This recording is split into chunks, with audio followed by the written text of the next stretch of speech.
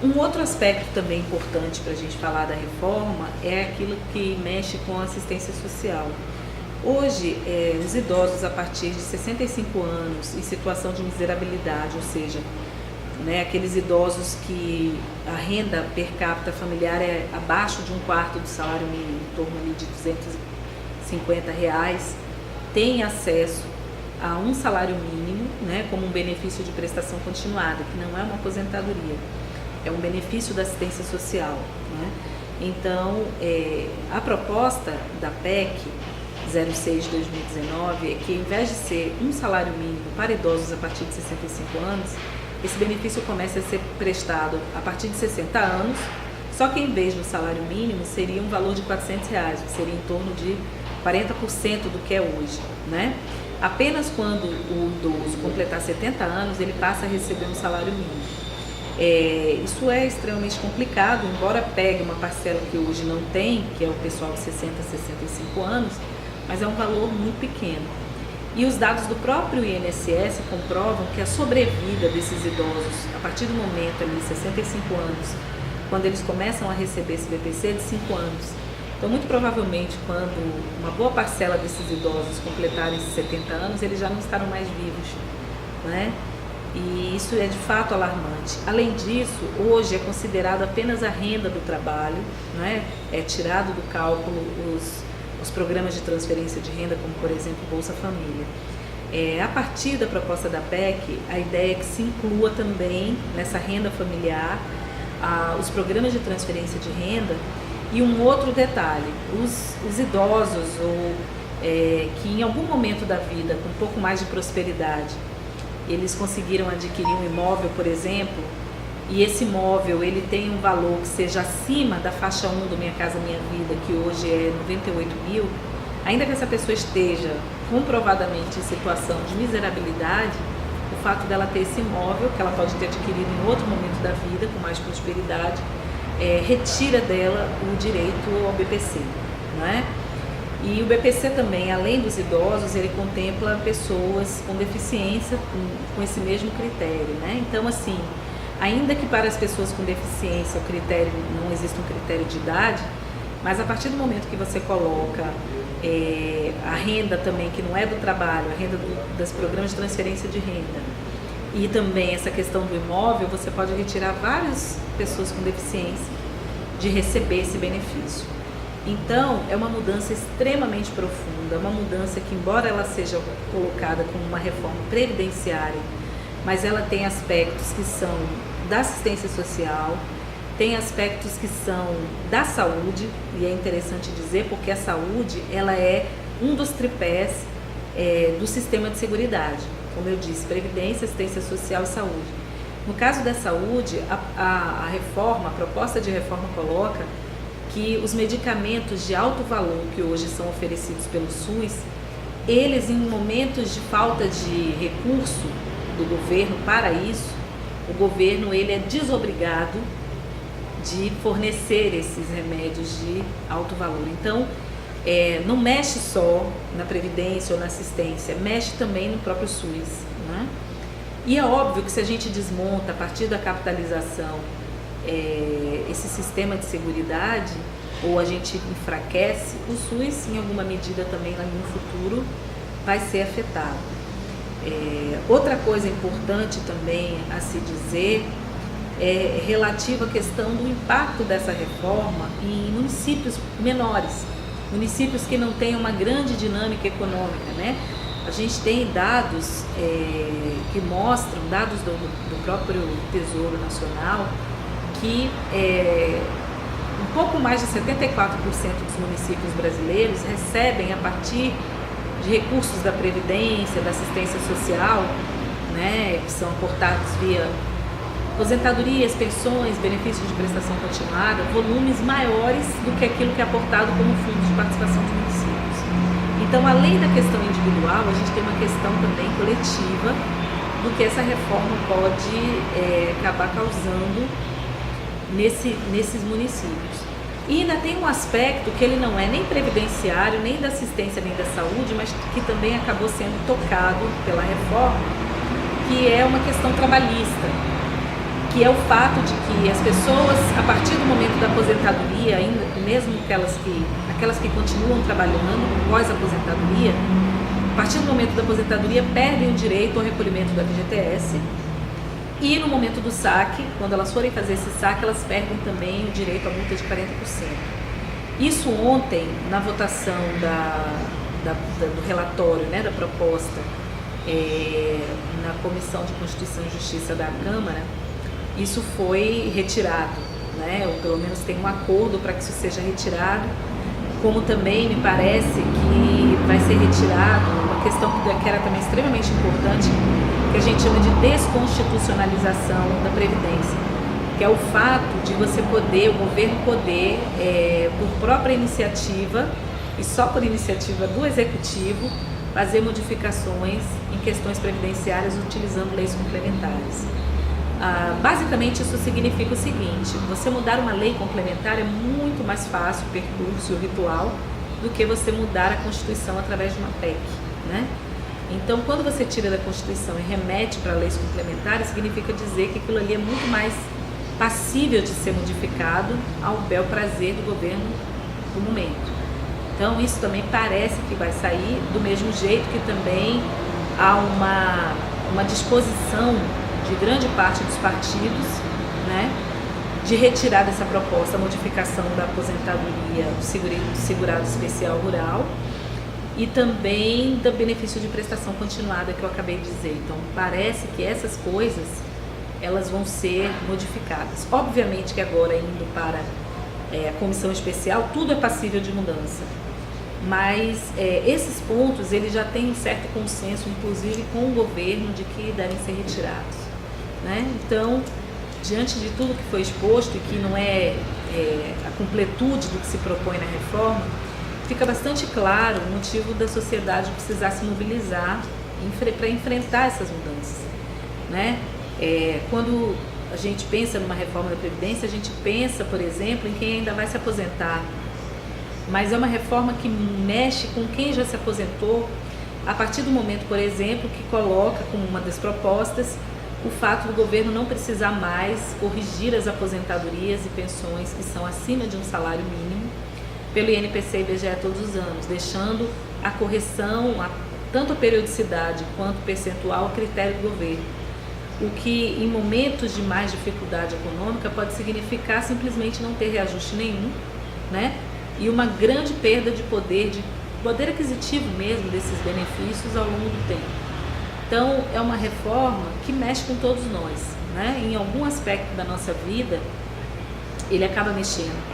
Mesmo os trabalhadores do setor público, que têm mais estabilidade no tempo, que normalmente têm rendimentos maiores, também estão sujeitos a uma perda de renda, porque uma das coisas que a reforma propõe é que os estados e municípios que têm um déficit, eles precisam de alguma maneira criar uma contribuição extraordinária, além da contribuição normal dos servidores, que vai passar por um montante entre 7,5% até podendo ser 22%, né? Hoje normalmente é uma alíquota única, na União, por exemplo, é 11%, aqui no estado da Bahia acabou de passar de 12% para 14%, mas a ideia é que seja estados e municípios com déficit no mínimo 14%, e que esse déficit ele seja de alguma maneira financiado por contribuições extraordinárias dos trabalhadores, além da contribuição normal, que é muito parecido com o que a gente vê, por exemplo, o que acontece nos fundos de pensão quando tem desequilíbrio atuarial, né? Então, ninguém está a salvo, né? E é uma reforma também que considera como direito adquirido apenas o direito daquelas pessoas que, quando a reforma for aprovada, já tenham plenas condições pelas regras atuais de aposentadoria. Então, para quem está faltando 6 meses, para quem está faltando 3, para quem falta 1 ano, entra na reforma. Tem regra de transição, mas é uma regra de transição que é basicamente para a idade. A forma de cálculo, ela não tem transição.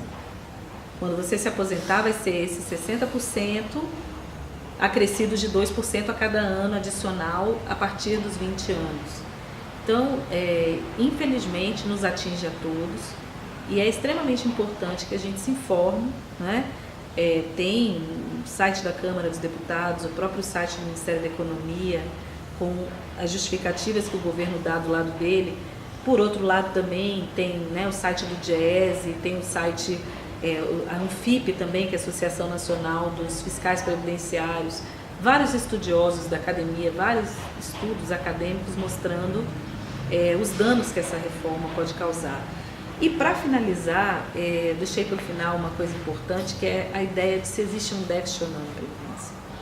Basicamente, o governo, quando ele diz que é um déficit, ele diz isso baseado no fato de que ele considera como recurso previdenciário, receita previdenciária, basicamente aquilo que é aportado por trabalhadores e empregadores, né? Só que o sistema de seguridade, ele tem como financiamento não só a contribuição patronal e laboral, como também uma série de contribuições sociais, né? PIS, COFINS, contribuição social sobre lucro líquido, os concursos da Caixa Econômica de prognósticos, ou seja, boa e velha Mega Sena, lotomania, tudo isso, parte do que é arrecadado com essas contribuições e com esses concursos também vai para o sistema de seguridade. Imposto de importação. Então, quando se contabiliza todas essas fontes, a Previdência e a Seguridade, ela não é deficitária, né? E hoje a Previdência, ela tem um problema de desequilíbrio, que não é um déficit, eu repito, muito mais em função da conjuntura, de ser um momento em que você tem uma economia muito parada, uma economia que não deslancha, né? Que consequentemente você tem uma elevação do desemprego, a gente está com 13 milhões de desempregados, são 13 milhões de pessoas, ainda que nem todas fossem do setor formal, mas muitas do setor formal, que saíram por conta do desemprego, não estão contribuindo, nem elas, nem os seus empregados, menos dessas contribuições sociais que eu falei que entram para compor, né? E um fator extremamente importante, o governo Temer, que foi o primeiro recentemente a propor uma reforma da Previdência, eleva a desvinculação das receitas da União, ou seja, a prerrogativa que o governo tem de arrecadar para uma finalidade, gastar parte daquilo que arrecadou em outra, ele eleva de 20% para 30% o percentual que o governo pode retirar desse sistema de seguridade para gastar com outra coisa, né? Então, quando a gente conta essa questão da conjuntura, que eleva o desemprego e retira pessoas da contribuição da Previdência, quando a gente pensa que aumentou a desvinculação das receitas da União, aumentou o percentual, quando a gente lembra que ainda existem várias desonerações, vários setores são desonerados, né? Por exemplo, todo mundo fala da agricultura, do agricultor familiar, como se ele não contribuísse. Mas ninguém fala, por exemplo, que o agronegócio é desonerado de contribuições previdenciárias para aquilo que ele produz para a exportação. E nós sabemos que a nossa pauta de exportação, basicamente, ela é composta por produtos do agronegócio. Então, várias dessas contribuições sociais são desoneradas no agronegócio. E as pessoas não falam, as pessoas se preocupam com o trabalhador que vai ganhar um salário mínimo porque ele não contribuiu. E ele está desequilibrando a Previdência, né? Então, as dívidas gigantescas de empresas com a Previdência e dívidas, muitas vezes as pessoas perguntam, poxa, mas como assim? Por que tem tanta dívida? Basicamente porque as empresas, cada vez que são autuadas, são convocadas a pagar, elas judicializam. E elas judicializando, elas, enquanto esse processo está correndo, elas estão empurrando com a barriga, né? De mais de 900 bilhões que existe de dívidas de empresas com o governo, mais de 50% já não tem mais como serem cobradas, porque essas empresas simplesmente faliram. Então hoje você tem massas falidas, né? Mas do total de dívidas você ainda tem pelo menos 133 bilhões que você conseguiria arrecadar, né? Cobrar. Só que o próprio governo que propõe essa reforma e os governos anteriores, principalmente o mais recente, o governo Temer, não investem, por exemplo, numa estrutura de fiscalização, né, dentro da Previdência para evitar essas evasões de recursos, a sonegação. Então, é uma reforma que diz que é para evitar privilégios, que diz que é para buscar um equilíbrio entre receita e despesa, mas que o próprio governo não faz o dever de casa. O próprio governo joga para o trabalhador, sobretudo para o trabalhador, o ônus do ajuste. E lembrando que a maioria dos empresários, se não todos, e o setor produtivo, o setor financeiro, são muito simpáticos à ideia de reforma, basicamente, não necessariamente porque você vai trazer de volta uma atividade econômica, até porque o efeito da reforma ela não é imediato. Você não tem como se livrar da massa de despesas que você tem hoje com a Previdência, de quem já se aposentou, de quem está recebendo seus auxílios, de quem tem pensões a receber. Isso vai ser feito a partir do momento que a reforma for aprovada. O que você vai conseguir com a reforma, se ela for aprovada desse jeito, como eu disse antes, você postergando a aposentadoria e pagando menos, você reduz a velocidade que essa despesa aumenta. Mas não é uma coisa imediata, né? E pior, você também tira a dinâmica de vários setores, como eu falei. Principalmente se a gente for pensar nas finanças públicas de pequenos municípios. E com a questão da capitalização, basicamente você desonera o capital produtivo, né, aquele que gera emprego, porque esses 20% que ele contribui hoje, ele não vai mais contribuir pela proposta do governo inicial, e você faz a felicidade do setor financeiro, porque a capitalização vai ser feita no setor privado. Nós vamos escolher entre bancos privados, obviamente os bancos públicos também, Caixa Econômica e Banco do Brasil. Mas a rigor, o governo não vai ter um fundo próprio dele, um sistema público de capitalização, é privado. Então a gente precisa desconfiar de quem é muito entusiasta dessa proposta, estando sendo uma pessoa que é um empresário ou um financista, porque basicamente eles estão plenamente corretos. Para esses setores da sociedade, a reforma é excelente. No entanto, para nós que somos trabalhadores e trabalhadoras, independente se é do setor público ou do setor privado, essa reforma ela significa a privatização da Previdência Pública e a redução de direitos constitucionais muito importantes que levam a um pouco de proteção social num país profundamente desigual como o Brasil, desigual em várias coisas, mas sobretudo no mercado de trabalho. E sem esquecer que a reforma trabalhista aprovada recentemente aprofunda uma flexibilização, uma precarização no mercado de trabalho que é completamente contrária à estabilidade no mercado de trabalho que a reforma da Previdência pede. Teoricamente, para essa reforma da Previdência parte do pressuposto de que nós temos uma estabilidade no emprego, no mercado de trabalho, que não é verdade. Então, acho que a única forma que nós temos de nos contrapor é nos mobilizando, nos informando e tentando informar as pessoas que porventura ainda não têm informação.